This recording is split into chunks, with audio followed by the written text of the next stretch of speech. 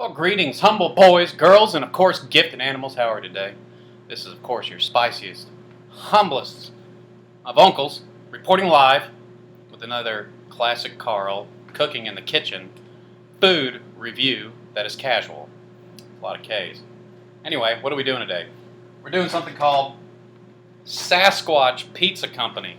Yeah, that's it. Apparently, it's 3 labels of food. I believe that's the correct word for it. I'm sure you'll correct me if I'm wrong. What is it? Well, it's a pizza, obviously. It's triple pepperoni. This puppy cost $9.98, and I got it at my local Walmart, of course. You cook it for around 20 minutes. Now, I only cooked this for 18 minutes, and I'm sure you can see that there's a little bit of burnt edge right here, and so, you know, you just can't win them all, I guess. This was in there for 17 minutes and 43 seconds, and then we took a peek at it at 400 degrees, and lo and behold, it was already burning. So, of course, the Karl kitchen crew had to take it out of the oven. So anyway, it looks as if it has 2 types of pepperoni, or one type that, it's kind of in different variations, but I'll kind of try to show you. It's very big, by the way. Well, this ain't gonna work. Not gonna work. Ain't gonna work. So yeah, it's got a couple of different sizes here, I guess is the best term for it. And one is a whole pepperoni, the other is others, I should say, are kind of chopped up and sliced and diced and thrown on here. So without further ado, what are we drinking? We're drinking Coke. When Karl does a classic kitchen review, he always drinks a nice ice cold Coke Zero. If you don't want to be a zero, drink a zero. We don't do trademarks or advertising here. Classic Karl and Spicy Karl family networks. We've got our utensils here, the big fork and the big knife. I know a lot of you like to talk about some mysterious device called a pizza cutter. I'm unaware of what that is. We're just going to do it the old-fashioned way. Back what they did in the 50s. No, how about this? We need a better slice. How about we'll move some pepperoni and all that jazz around. It's very gooey. I'll go ahead and give it that.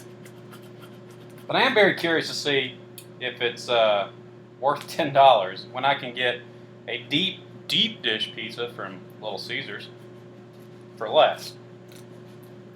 That's the trick here. If you're getting a take-home, take-and-bake pizza or a frozen pizza, value is super important, I think.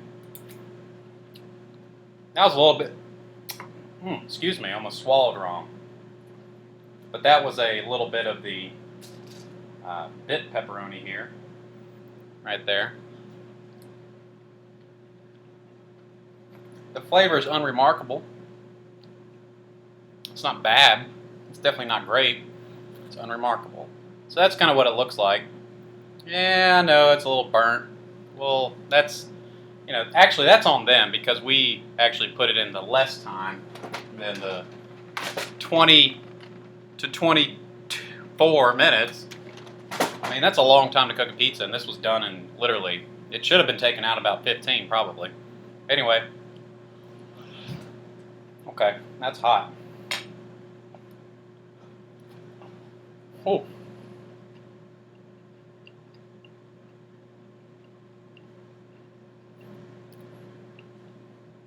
Very interesting. For being somewhat burnt on the bottom, the crust is very soft. It's odd. Okay.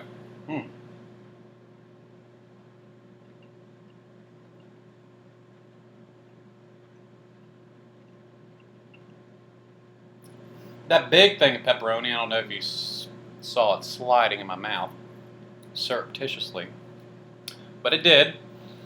And that also is unremarkable. It actually tastes very similar to the other pepperoni. I don't know if these are supposed to be different pepperonis, but they definitely don't taste any different from one another. And I really can't differentiate between any piece of pepperoni on here.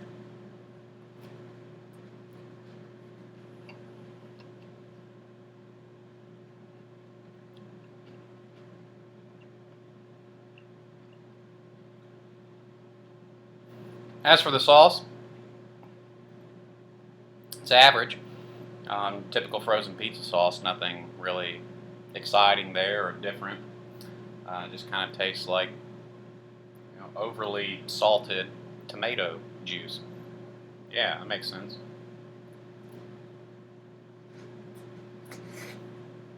Mm.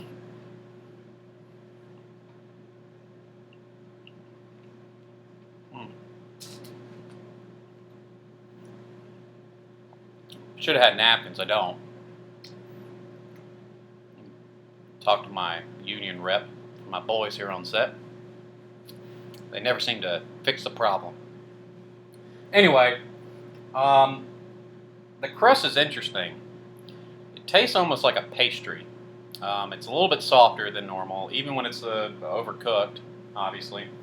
Uh, it has kind of a sweet taste to it, very soft. It's really hard to describe. I haven't really had a crust like this on a pizza ever.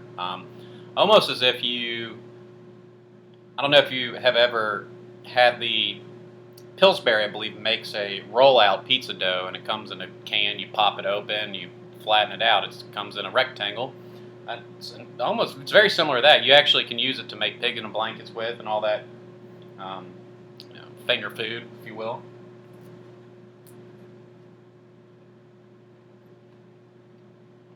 Very similar.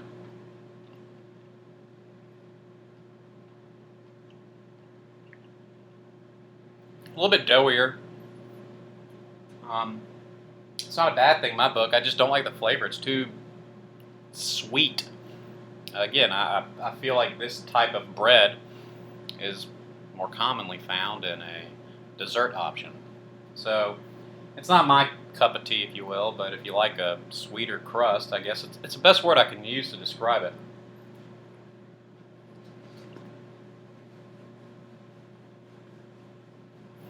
Mm-hmm. Well, I'll tell you this. With this pizza, is it worth $10? No. No, it's not. Don't do it. Wow. Instructions are misleading. The pizza is not great, and it costs $10, and you got to wait 25 minutes for it to finish. Unless you're me, and it takes about 15. Either way, you got to wait. And you got all these negatives against you, Sasquatch. And so your uncle is going to give you a rather, maybe you think unfair rating, but I think it's fair and just. And so I shall adjudicate my rating as such. I give this probably one of the worst frozen pizzas, all those factors considering, combined, a abysmal 3.442. Anyway, God bless. I hope you're doing well. I really do. So, God bless. Hope to see you again. And as always, you take care. This is Karl, your humblest of uncles, signing out.